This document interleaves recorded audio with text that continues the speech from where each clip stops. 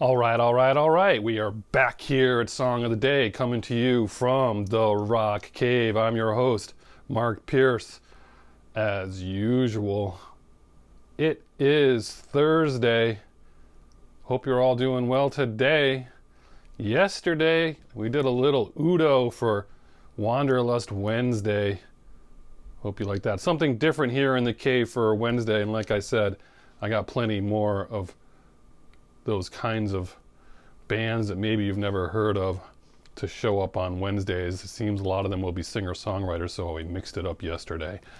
Because I mixed it up yesterday for Wanderlust Wednesday, it was a big anniversary yesterday in rock and roll. I saw a lot of different tweets about it yesterday, people talking about it. There is a lot of stuff out there, but we're covering that today. We could have done it tomorrow for Octane Friday, but we're not. We're doing this one. And I know at least a couple of you have been anticipating this particular record. So we are going back. It's going to take me a little bit of time. I'm working on it. We are going back to February 24th, 1975. Led Zeppelin release their epic 6th album on Swan Song Records, no less. And what do we got here? A little Physical Graffiti. This record, pretty amazing, right? I mean, we can say a lot about Physical Graffiti, can we not? This is amazing. All right, so let's get to it. Like I said, their 6th album, they had 8 new songs, and then they realized that they had really about 3 sides of a record. So they figured they would make a double album, and they took some tracks that were throwaways from their other recording sessions for Led Zeppelin 3, 4, and Houses of the Holy, and they kind of threw them on this record to make it a double record. A lot of people said, I don't know if Led Zeppelin can pull off a double record and make it a hit, but they sure did. There is everything on this record. There's hard rock, there's rock and roll, there's Chicago blues, there's prog, there's folk. I mean, there's just about everything on here, right? It debuted at number 1 in the UK, number 3 in the US, sold, I don't know, it's 20 million copies, something, maybe more than that. And this is Led Zeppelin at their peak. 1975, pretty much everyone agrees, this is when Led Zeppelin were just firing on all cylinders. So let's talk about that. There was a huge tour to go with this record. Huge, massive tour. All right, so what do? They're back in their 18th century cottage out in the woods, out in the countryside, and they're recording on a mobile recording studio. That's what they use. We talked about that before. And the cottage is called Bronior, and that's one of the cottages there. They're in Headley Range, that's where they're doing this recording, and obviously Bronior is in a couple of their songs, Bronior Stomp and then Bronior, right? So basically they just sit around and kick ideas around, play, and they turn out this record. So we're going to go through these tracks. I'm going to try to make it worth your while here, so let's go. All right, I don't know if I'm worthy. Custard Pie, what an opening song for an album, right? I mean, talk about kick you in the teeth. That's awesome. Drums, guitars, vocals, you name it, it's there. The Rover starts off kind of the bluesy, then it picks up pretty big. In My Time of Dying was recorded live. That's an 11-minute song. They overdubbed the slide guitars later. That's a great record. Love that song. There's a cough at the end, and they left it in, and then John Bonham says, that's got to be the one, hasn't it? They left that in there. In My Time of Dying, I mean, come on. That's pretty epic right there. Houses of the Holy. Why do they have Houses of the Holy on there? That was the name of their other album. Well, this was a throwaway from that record because they thought it sounded too much like Dancing Days.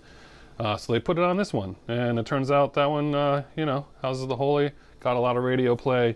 Lot to like about that song. Trampled Underfoot, that's their funk coming out. They played that song on every single tour date from 1975 on. All right, now we're getting into the middle of it. the keystone of this whole record, the 8-minute, 37-second epic Kashmir. I mean, Kashmir, well, you can't even say enough about Kashmir. This is like them at their best, is it not? I mean, basically, you know, there's a lot to like about Kashmir. If you don't like Kashmir, I don't know, we're gonna have to talk. But when that would come on the radio at night, you're driving in your car late at night, when that would come on, you would just like turn it up and it would be like so awesome. Windows down, summertime, driving down the road. It's pretty sweet, right? This was Jimmy Page and John Bonham's idea. Page wrote the lyrics while on vacation in Morocco. Wonder what he was doing there in Morocco that he wrote this song.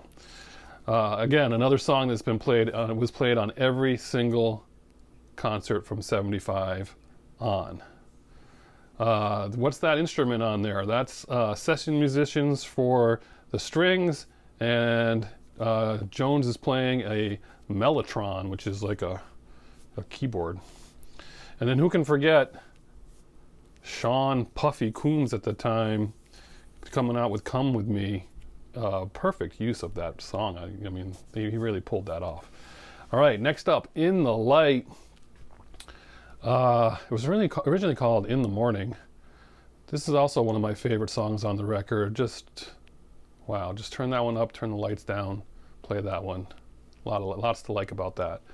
Bronny Orr, solo acoustic about the cottage. That was a throwaway. They put it on there just to, you know, just to get it on the record, to make it a double record. Down by the Seaside, there's your folk. It was basically an acoustic song to start off with. It was inspired by Neil Young. They added guitar to it, but Down by the Seaside, great song. All right. Also, one of my favorite songs by Led Zeppelin of all time. Next one, 10 Years Gone. Wow, what a song this is. Plant wrote it about an old love affair. That's an amazing song. It's hard to pick a favorite song on this record. This is awesome. 10 Years Gone is one of my all-time favorite Led Zeppelin songs. When they played this live in concert, Jones would use a triple neck guitar. It was a mandolin, a 6-string, and a 12-string to get all the instruments they had to use right on there. That's pretty crazy, right? Night Flight. That's a Hammond organ there. It's a peppy song. Nothing bad there. That's pretty good. Wonton Song, classic. I love that song. Also radio play, played on, you know, I mean, that's staple. That's good. Boogie with Stu, a jam session that they threw on there also. These ones at the end are kind of the ones that were left over from previous recordings. This was a jam session with Rolling Stones pianist Ian Stewart, and it was based on Ritchie Valens' song Ooh My Head, so much so that they credited Valens' mother on there, but there was the lawsuit, and the mom got credited, but not Ritchie Valens. It was this whole thing. But anyway, that's where that came from. Black Country Woman Blues, that's from the Houses of the Holy sessions. That was recorded outside in a garden.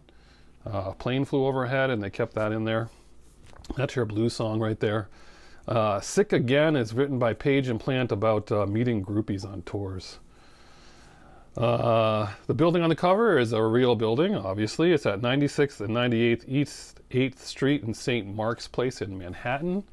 They did do some editing. They chopped off the 4th floor to make it square to fit on the album cover.